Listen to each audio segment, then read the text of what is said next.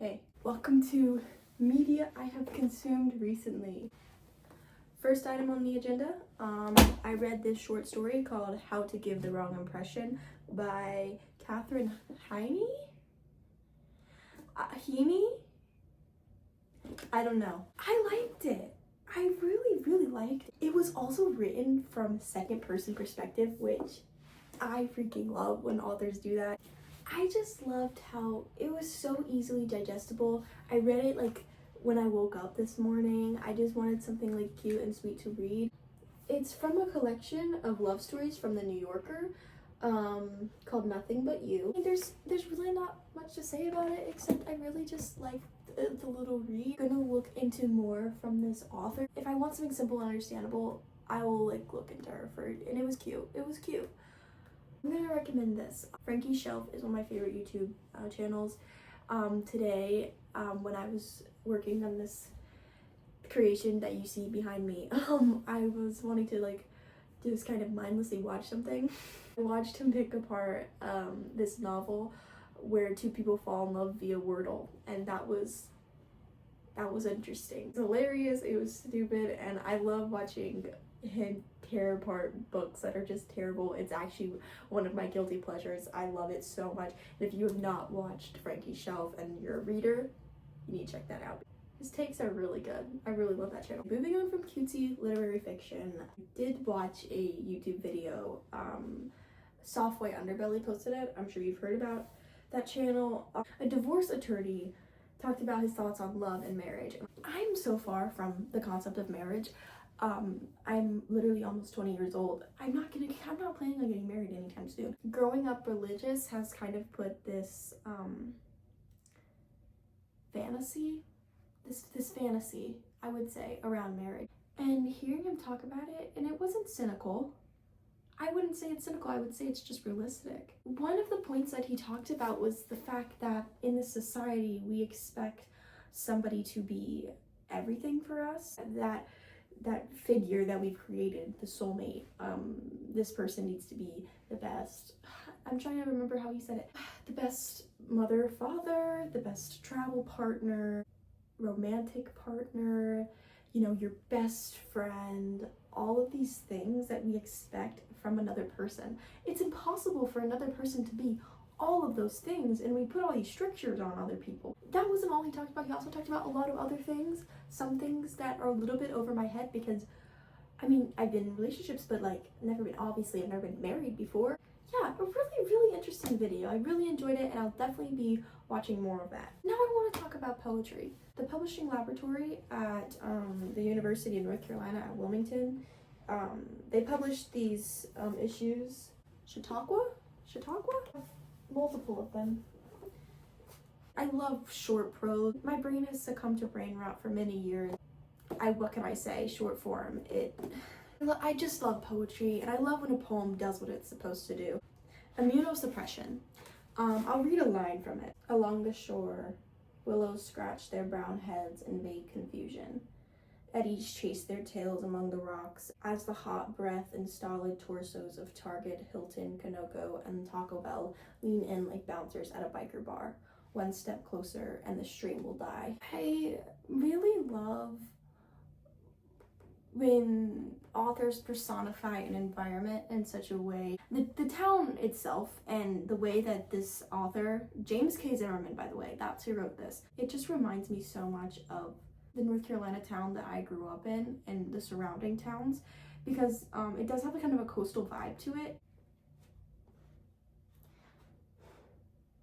Part of the reason I am forcing myself to sit here and verbally talk about the things that interest me is because it is something that I personally need to work on. It's in my head, and there's a disconnection. There's so many jump cuts in this because there's just so much silence. The things that I care about and the things that interest me, I have such a difficult time verbalizing things. So I'm gonna sit here and I'm gonna force myself to talk about them. It's important.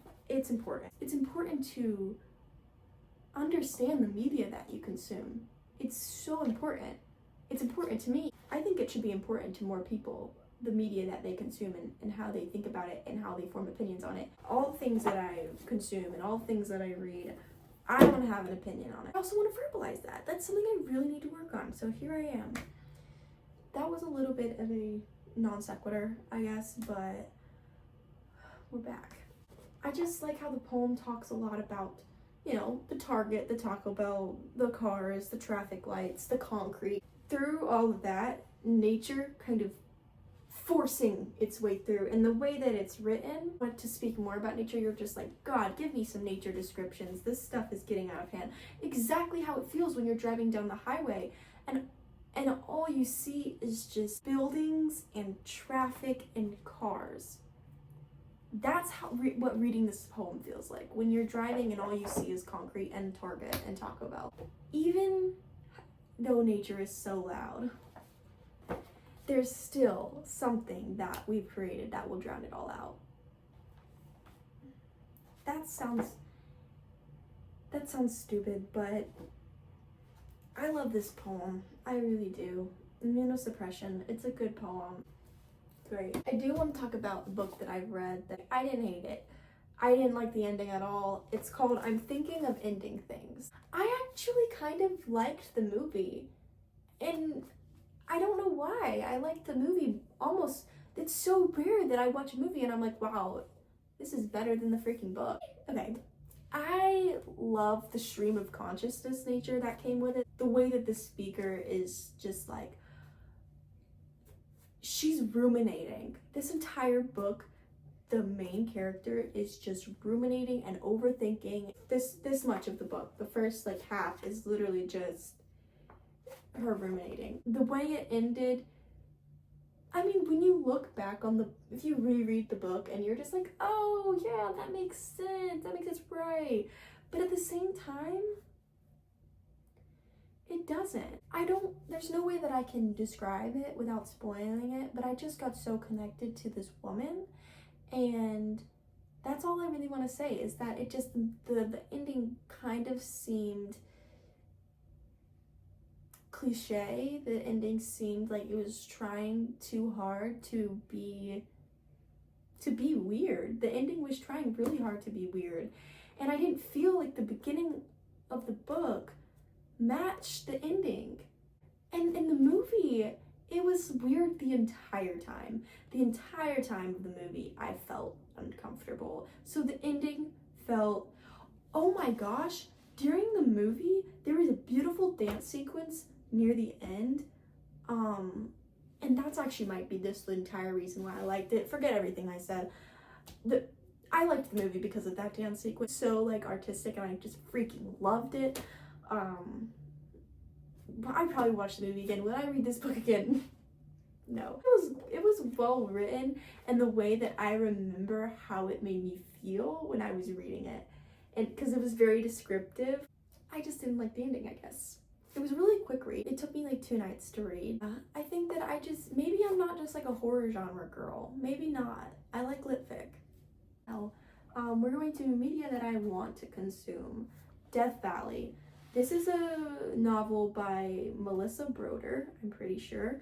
I read 1/4 of it before I had to hand it over and back to my hometown library and return to school for the fall. So I never got to finish it. It was so weird.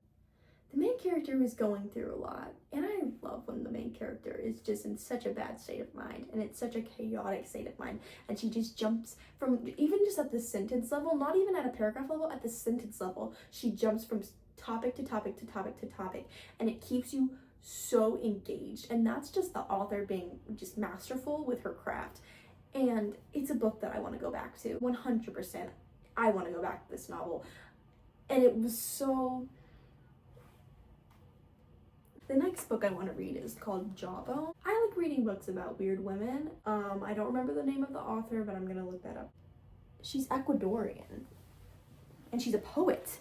Oh my gosh, I need to freaking find it. I want to read her poetry. Okay. Monica Ojeda, that's the name. That's the name of the author for Jawbone, and that's what I want to read next because it seems really good, and I'm very interested. I need a subscription to the New York Times just so I can read this article. It's called The Strange Beauty of New York's Bodega Ramps.